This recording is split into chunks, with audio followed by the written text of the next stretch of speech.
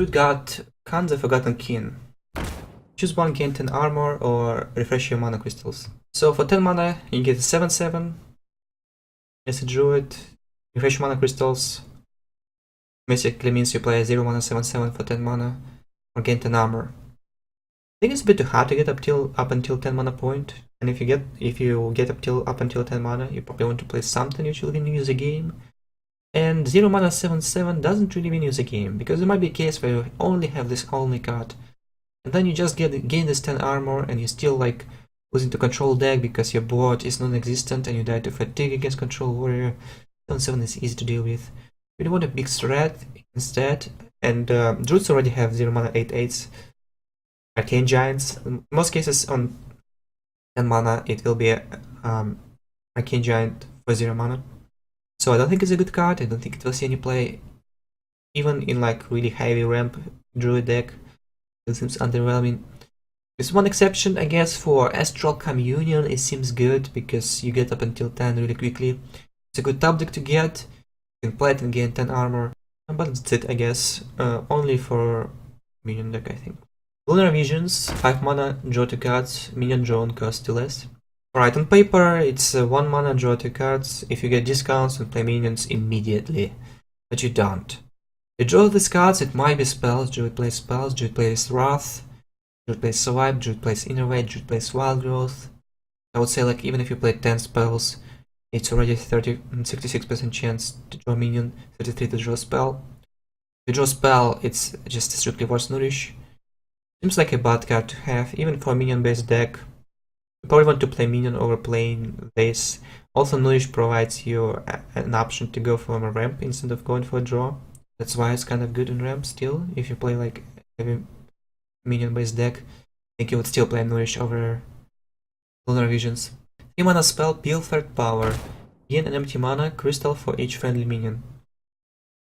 Alright, and another spell which I don't think is good enough to play. It's super difficult to get some use from it. The best option, the best case is when you go for like Living Roots and you have like 2-drop. Roots don't play 2-drops right now. And then you play Pilfered Power, gain 3 crystals. If you have so much early game, you probably don't even need so much ramp. That's a problem, right? And if you build your deck around this spell, you have a bunch of 1-2 drops and a bunch of late game. It still doesn't make sense, because oftentimes you'll just not get this card, and you're just stuck with your small, cheap creatures without any mid game. Yeah, I don't think it's good. I think it will see any play. Lotus Agent, the 3-parameter card, Battlecry Discover, Druid, Rogue, or Shaman card, 5/3 stats for 5 mana. For Druid, Rogue, or Shaman. Ethereal Conjurer is the closest comparison. Okay, I mean, Ethereal Conjurer is a fine card. This one has 1 stat less. Kind of serves same purpose. For Druid, Rogue, or Shaman, I don't think you'll play it in Druid or Rogue. Just too slow. You need other Drake spell power. Yeah, and not like Ethereal Conjurer is seeing any use right now. Other Drake is just better. So my judgment on this card, you don't see any play. It's pretty good in arena, so. Mark of the Lotus, 1 mana, give your minions +2/+2. It seems like it's a better version of Power of the Wild, and it's definitely a good card for token deck. It has a good synergy with Violet Teacher. You wanna buff a bunch of small tokens. If you play like Agent Squire, just use Mark of the Lotus, seems good. So I would rate it high. I think it can replace Mark of the Wild, or even play as an addition to Mark of the Wild, maybe 1 Mark of the Wild, 2 Marks of Lotus. So together I think it's a good card for a token deck. You'll see it being played in token decks. Question is if token decks are better than Managas, but we'll see. For match we got Manic Soulcaster, 3 mana Battlecry, choose a friendly minion, shuffle a copy into your deck. 3 mana 3/4 stat line is okay. If it does something, it does kind of nothing. So Battlecry is only useful for Fatigue deck. Fatigue Mage can get some use from it. Other than that, I don't think it's playable. For Paladin, we got Vigor Flame, Burns Bristol. 3 mana 2/2 Divine Shield, Taunt. Damage dealt by this minion also heals your hero. 3 mana 2/2 Divine Shield. Stat line, okay. Creature seems fine. It can heal you, really good defensive tool. If you play some kind of mid-rangey and towards the early game, Paladin seems like a good creature. It also has Divine Shield. It has synergy with Riding Blade. Seems like a decent fit for more aggressive or mid-range decks. I like it. Small time recruits 3 mana spell for a paladin. Draw 3 1-cost minions from your deck. I think it's good for Divine Favor Paladin. If you play a bunch of 1-drops, you play this card too. You play it, you get 3 1-drops, you don't have them in your deck anymore. So on turn 4 and turn 5, you're less likely to draw a 1-drop. So it seems like a good fit for Divine Favor Paladin. Other than that, I don't think it was to play a bunch of 1-drops in any other deck to justify playing this spell. 1 mana Mean Street Marshal, 1/2 stat line, and Death Rattle if this minion has 2 or more attack, draw a card, Paladin card. Alright, so it's something sticky, you can buff and trade. I think this creature is worth playing, again in Divine Favor deck with this new small time recruit spell. Just play it out, maybe buff it with your Abusive Sergeant, and trade it into something later, or just leave it on the board if it's uncontested. Buff it later with Keeper of Uldaman, Blessing of Kings, Blessing of Might. Seems good. You'll see it play in Divine Favor Paladin, I think. Getaway Coda. It's a secret 1 mana for Paladin. When a friendly minion dies, return it to your hand. Right, so classic comparison to Redemption. If you cast Redemption, you get minion back at 1 life. This puts it into your hand. Again, instead of playing the Getaway Coda, you can't just play a card, right? You can play any minion you want to put in your deck. And it's also worth 1 mana, it's not free. If you can pull off this with Styrian, I think Redemption is stronger. So I don't think it will see any play except for a Mysterious Challenger deck. If you get the secret for free, it's nice to have it.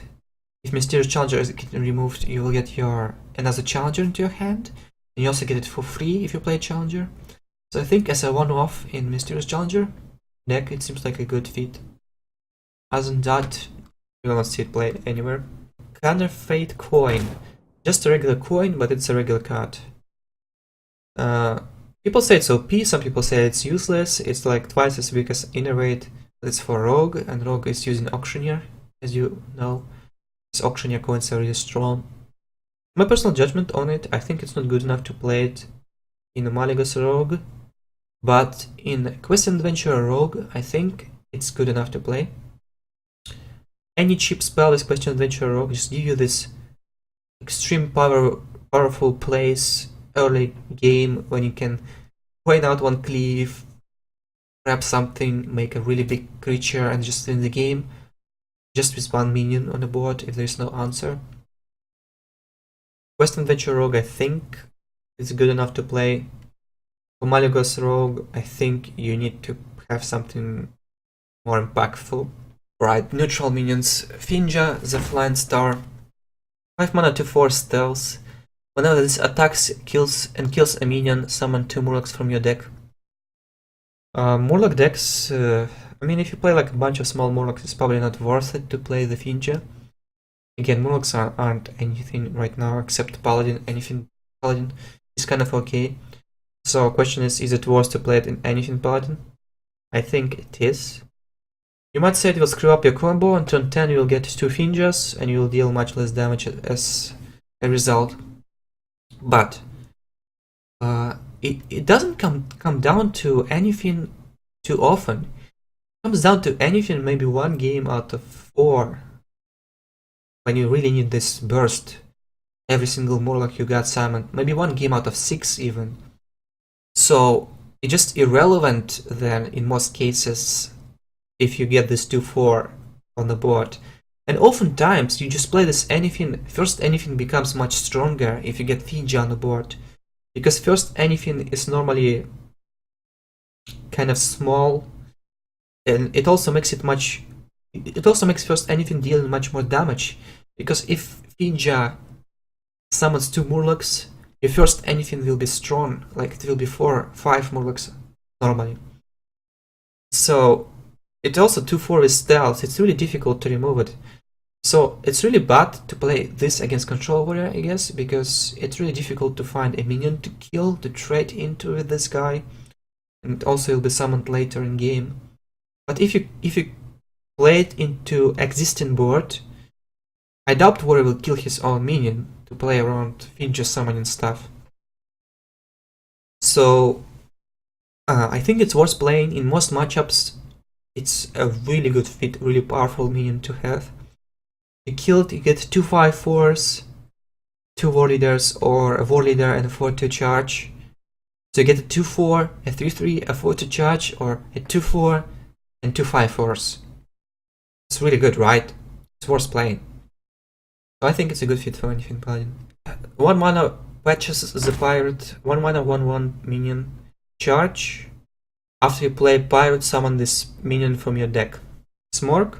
It's a good creature to have. Aggro Warriors right now play 6 pirates. Just get the 1/1 for free with charge. Except when you get it at the really beginning and then you just play it from hand and you get the 1/1 with charge. It's okay. Even if you play it on turn 1, even if you drew it, it's still good. But if you play a pirate, you get it for free. Then it's just crazy. So it's a natural fit to any Smorg Warrior. Pay to win, guys. Smorg Warrior isn't so cheap anymore. 6 mana, Wind Up, Birdubad. Whenever this attacks a minion and survives, draw a card. 5/5 stats, mech.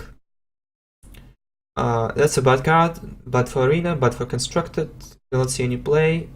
It's on the bottom 30% in Arena, I think. Not so good. 3 mana, 3/7, Fell Orc, Soul Friend. At the start of your turn, deal 2 damage to this minion.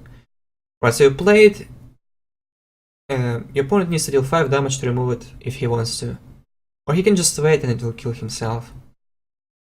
So get like 1 trade with it and then just kills himself. Just seems like a weak minion. I would rate it really low. Even in Arena, it seems just bad. 6 mana Big Time Racketeer. 6 mana 1/1 Battle Cry, summon a 6/6 Ogre. It's a good card for Arena. You don't play Baldy Fist Ogre in Constructed, so... And you can compare card to Baldy Fist Ogre, so I don't think it will see any play in Constructed. If you play like Barnes and Big Time Racketeer, you extend your board into any type of AoE. Yeah, Brawl, whatever. You just don't play it. Even if you play Barnes. And also, I need to mention that it's a huge nerf for Moonglade Portal. If Moonglade Portal was played before, I think now no one will even consider putting it into the deck. Because this card is just... You don't want to get a 1/1 from a Moonglade Portal.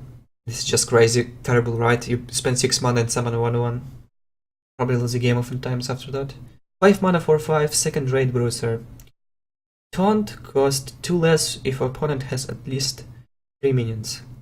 Seems decent for Arena. In Constructed, if your opponent has 3 minions, you're really behind board. You probably don't want a 4/5 for 3 mana, you probably want AoE instead. I don't think it will see any play in Constructed. It's not versatile, doesn't do much. Cookie Chemist, 4 mana 4/4, and Battle Cry swaps the attack and health of a minion.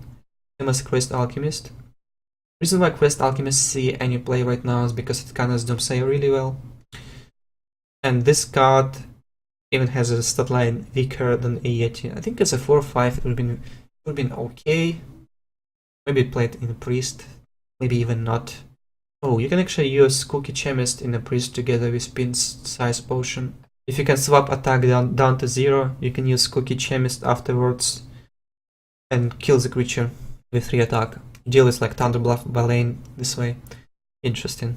And still, so many good cards Priest can have really right now. Playing Cookie Chemist doesn't seem worth it. For Arena it's okay, for body it's fine fit, I think. Friendly Bartender, 2 mana 2/3, at the end of your turn is to 1 health to your hero.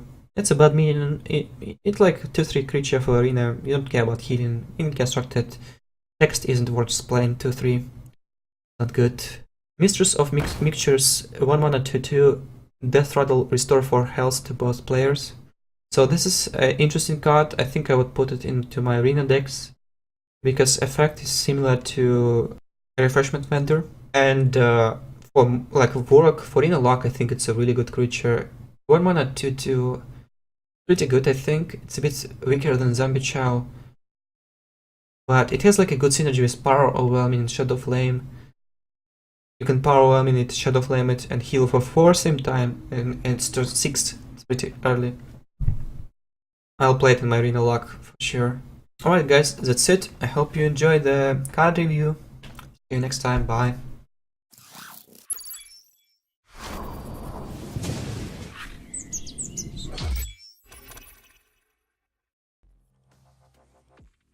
This video is brought to you by G2A.com.